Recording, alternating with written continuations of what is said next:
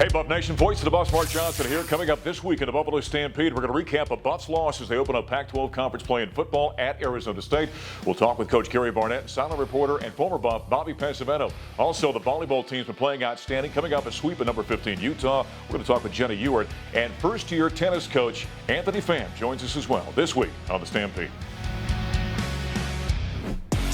Dimitri Stanley is going to take it to the house. Place there is why he's one of the best linebackers in America. And there he goes! Touchdown!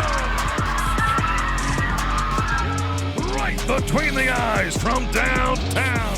Attaboy Lolo. It's a winner for the Buffs.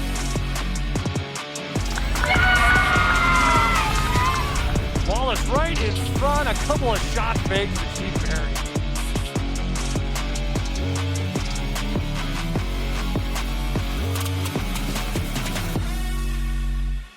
From 51 after the timeout, and this one he gets. Wow.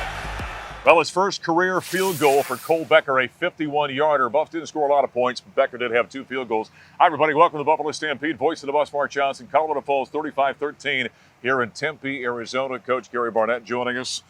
Well, different than last week, got a different feel. There was some productivity in the offensive side, but let's get your assessment. Well, yeah, we had some good things to talk about. I thought we ran the ball pretty doggone well, and especially second half, we seemed to be able to find a little rhythm and control the line of scrimmage a little bit. You know, but but that's where it sort of ended. Yeah. You know, I mean, we're one-dimensional, and a one-dimensional team is very easy to defend, and that's what we are right now. You know, I mean, this team will grow a little bit, and they'll take what they saw and get better with it, but they've got to improve the other aspect of it, or this is going to be a big struggle. Yeah, Buffalo's only had 67 passing yards in this ball game. They've had 180-some rushing in the ball game. In fact, the second half, Colorado only 2 of 6 passing the football. The coaches tried to get creative, though, didn't they? They were trying to find ways to get playmakers to football. Yeah, they did, and you know, for the most part, there were some successes in that, and but. You know, in the end, you've got to be able to do both, some degree of both. The Buffaloes, the defensive side of the ball. I thought, you know, that unit's been solid. Now, they did give up 400-some yards, 35 points, but again, it was a solid effort by the defense. It was solid, but they were playing the best offensive team we played by far. That was a skilled football team. They could run it, they could throw it. The quarterback can run, he can throw. Yeah. I mean, that's a skilled football team, and we were outmatched. Jaden Daniels might be the best quarterback, by the way, in the Pac-12. Let's hear the comments from head coach Carl Durrell after this 35-13 loss. Well, what a shame. You know, it was, I think, a competitive game for at least the initial quarter and a half. I think things were going decently defensively. I felt we did some really positive things in the first half, and I think the second half was a little bit of a challenge for really getting a chance to really contain that offense. I think offensively the first half there was some struggles, as we all know, but you know, I was really encouraged that we came out of halftime with the ball and we went down the field and scored.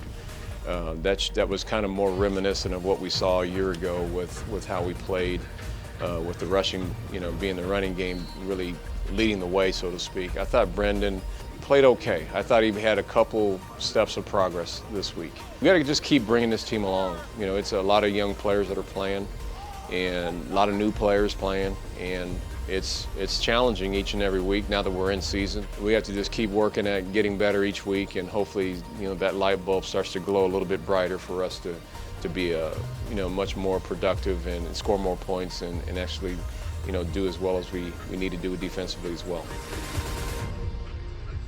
That's Coach Carl Durrell after the Buffalo's 35-13 loss. Buffs 1-3 in the season, 0-1 in Pac-12 conference play, getting ready for USC coming in. You know, the one thing we knew about this team, we talk about running the football. Jarek Broussard, Alex Fontenot. We saw a pretty good, I think, game from Oshai Clayton in this contest. That's the unit this group has got to lean on. Yeah, and that's who we will, I'm sure. But and Oshai Clayton looked good. I mean, they got 3 backs that can make yards, yep. And we blocked better today too. Here's the positive from this game. Cole Becker, we saw the highlight off the top, and a 51-yard field goal, a 33-yard field goal. There are some special teams things happening with this team that are positive. Yeah, I mean, our kickers, punters has done a great job, and Cole's going to get better and better as it gets experience. So he's got something to build on there. Yeah, he had an early one that did get blocked, but ultimately makes those 2 field goals, a 51-yarder and a 33-yarder. All right, challenge coming up, USC. Now, USC took one on the chin against Oregon State this past weekend, but give us a thought about USC. Very talented team, probably backed into a corner now and hungry. You know, they're playing for a new coach. That was probably a big disappointment today, but you know, we got our own problems. Yeah. And USC's just one of them. Yeah. And I think we got to work on ours first. Yeah, without question. Did we see any movement at all, do you think, from Brendan Lewis this morning? Well, I think a little minimal, but better. I mean, the arrow pointed up, and I think at least a little bit. Yeah. Young quarterback, didn't throw a lot, didn't have a high percentage, made a couple of throws that you looked at and said, okay, maybe we saw something there. Did run the ball relatively effectively. 35-13, the Buffaloes fall at Arizona State. On the other side, Bobby Pesavento, our sideline reporter, joins us next on the Stampede.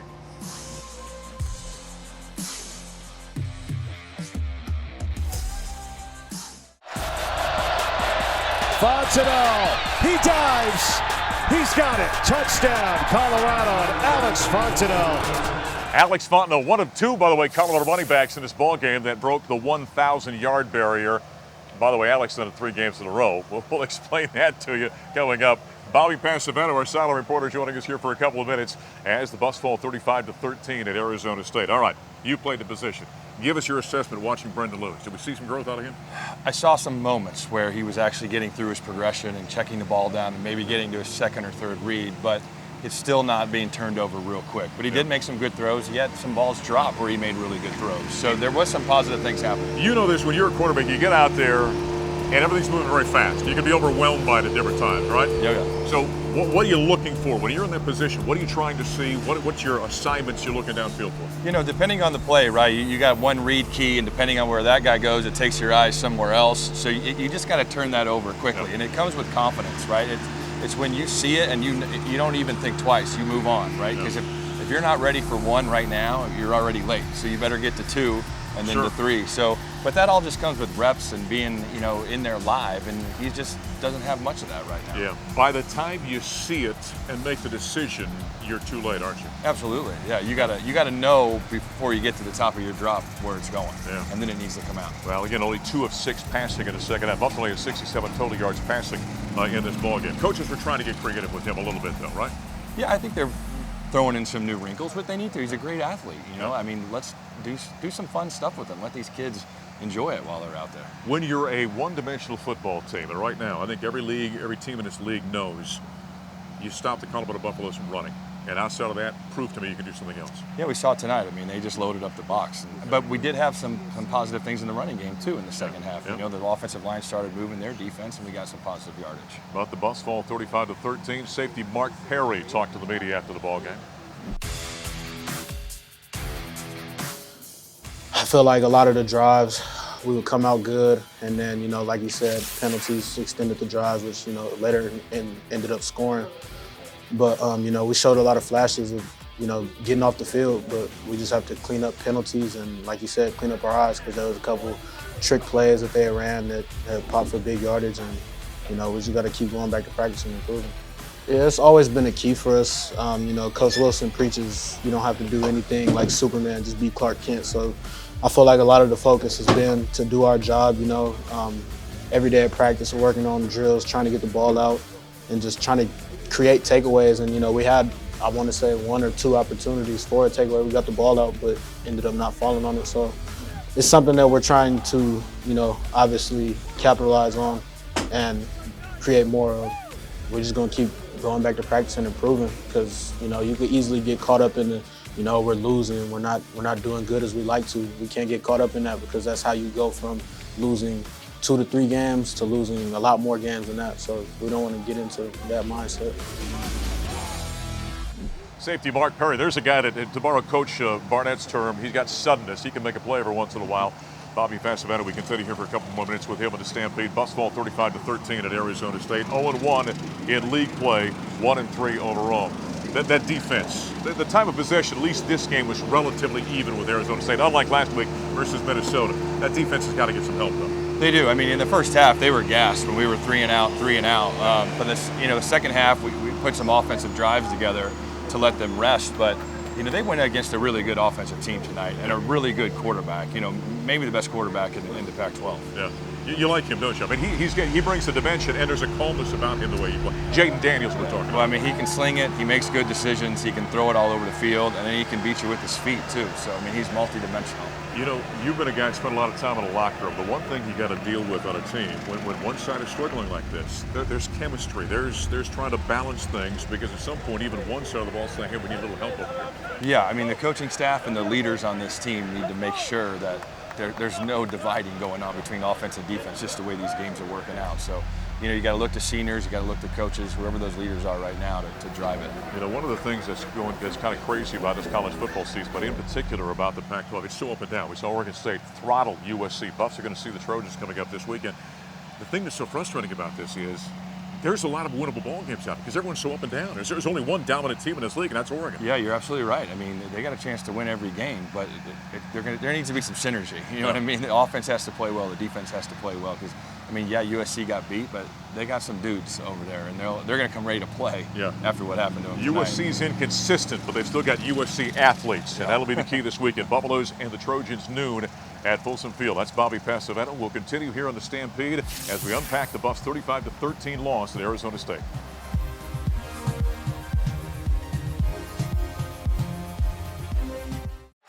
Robinson serve, pressure on. Ewert, Clayton, Buffs sweep Utah in Boulder. Dominant performance from Colorado. Third set was a grinder, 25-23. The first two, Colorado. But an outstanding victory by the Colorado Buffaloes as number 24 Colorado sweeps number 15 Utah. Welcome back to the Stampede. Voice of the Buffs, Mark Johnson. We've got Jenna Ewert joining us here for a couple of minutes. Hey, before we get talking about that was a lot of fun, by the way, huh? Yeah. Yes, very much. Quick comment, though, about Washington State. You guys were 9-0. You went on the road, opened up Pac-12 conference play. So this was a bounce-back win. Quick comment about the Wazoo match. Yeah, the Wazoo match was, I don't think we've ever really had one of our best games at Washington State. It's hard to play in that gym. It's really small. They got a big crowd. It can get loud, so we kind of get in our heads. But, it was the first Pac-12 match, and I think, when you go into Pac-12, you're like, okay, everyone in this conference is good, and you maybe hype it up a little bit more than you should. And I think we got a little rattled, but we know how good we are, and we came back in Utah and we won. Yeah, they were 9-0 going into that one, so you're good, like you said. How did this team respond during the week getting ready for Utah? Oh yeah, we had a couple practices and we came in immediately. Coaches told us what we needed to do, and I think we're all a little bit older now, so we all took responsibility and went into practice and did what we needed to do. Gained some confidence back and went into the match knowing. This is our home floor. Let's defend it like we know how. Some teams who are good, though, they get a little self-anger at themselves, like, oh, we let ourselves down. You guys are kind of that way, aren't you? Yeah, we were definitely, we know what we can do, and we didn't do what we know we can do, and that was a little disappointing, and we were disappointed in ourselves. And so, in the Utah match, we went in, we weren't like, we're gonna destroy them or anything like that. We went in and we were like, let's do what we know how to do. We do it every day. We play volleyball 2 hours every day. So you get back home, though, there are fans in the stands, which is awful nice. And it kind of unfolded rather nicely. I mean, you guys were in a zone in that match. Oh yeah, it felt really good. We started, the first points. Even though we got the first couple of points, we're nerves for the first game. We're like, okay, let's do this. And it started unfolding, and everything was working really nicely, and nobody questioned it. We just kept our foot on the gas pedal and just went forward. Yeah, Buffs were awful impressive at a sweep of Utah. In fact, afterward, we heard from Aya Tabron. We worked. We came out with a lot of pressure on them. We shut down Danny Drews, got her hitting out, made her making errors, served tough on them. And we just played as a team. Every time we kind of had a little bit of a slump, we just came together and said, hey, next ball, we're going to slide out. We're going to get this next point. And we just came together so well. And Jesse and our coaches led us perfectly with all our block calls and everything. And we just did it. We just had fun and did it. Yeah, definitely excited. Of course, we were a little bit sad about the Washington State loss, but they're a good team. It was a tough gym to play in and everything, but we kind of came back into practice the next day and said, hey, that's in the past. We're going to move on. We got Utah now. We're at home. We got the band here. We got all these great fans and everything, and we just came out and played and kind of ready to move on for our next games. Nia Tabron after the Buffs sweep of Utah as we continue here with Jenna Ewert. Pretty impressive, though, in that match against Utah. You're passing, you're hitting her outstanding. The teams you hear this in basketball all the time. Teams get in a zone. Everything just moves quickly and the ball's going through the hoop. How about in volleyball? Do you get in a zone? Yeah, same thing. I think we all kind of get into a flow state together, and it starts to, we work really well together on the court. We're playing for each other instead of individually, and that's exactly what happened. Yeah. When passing is going well, Jesse Mahoney talked about it afterward. When Jesse talks about the passing was really good, what does that look like? What does that feel like on a court for a team? Well, for me, it involves a lot less running. Yeah. So ball's coming to me, and I'm just kind of standing right there, and I'm dishing balls out to my hitters, and they're putting it down. Right. So it feels good for me, and I'm sure it feels good for everybody else. Yeah. This team feels they can compete for a championship in the Pac-12? Oh, yeah, for sure. It's the most confident we've ever been. Yeah. What is it about this group? Is it the leadership? Is it the veteran nature? I think it's a combination of everything. I think it's the leadership. I think it's us all being veterans, but I think it's also just everything we've been through in the past couple of years, all the adversity we've faced. We know what to expect, and we know how to push back, I think, now. You being a senior, is there a responsibility that comes along with that? Yeah, but I think the responsibility has always kind of been there, not like just for me, but everybody kind of puts that on their shoulders. And I just want to make sure that everybody's having a good time this season and we're enjoying volleyball. When you look back in your career, it's not over yet. We hope there's a lot of volleyball left. What do you take away from being a Buffalo? Coming here from California. Yeah, I absolutely loved it. I love the program. I love the coaches. I love the girls. I think this year I'm getting very sentimental, and I'm realizing that my time's coming to an end, so I'm trying to enjoy it while it lasts. Yeah. To paraphrase the league, there's no crying in volleyball. No, you can't get too absolutely too quick. Hey, this weekend you get a couple of big ones. You got the Oregon schools, in fact, coming to town. Let's see, it's Oregon on Friday and Oregon State on Sunday. Give us a thought or two about the Ducks and the Beavers. Well, both those teams are really good. I think it's good that we had the weekend off, so we're going to have the week to just kind of prepare and go in really hard on Friday and give them what we got. Awesome. Well, good luck this weekend. Thank you. All right, Jenna Ewert and the volleyball team. They're playing outstanding ball right now. And again, they've got the Oregon schools coming in this weekend. Coming up next, we're going to talk a little tennis. The head coach of the Buffaloes comes your way next on the Stampede.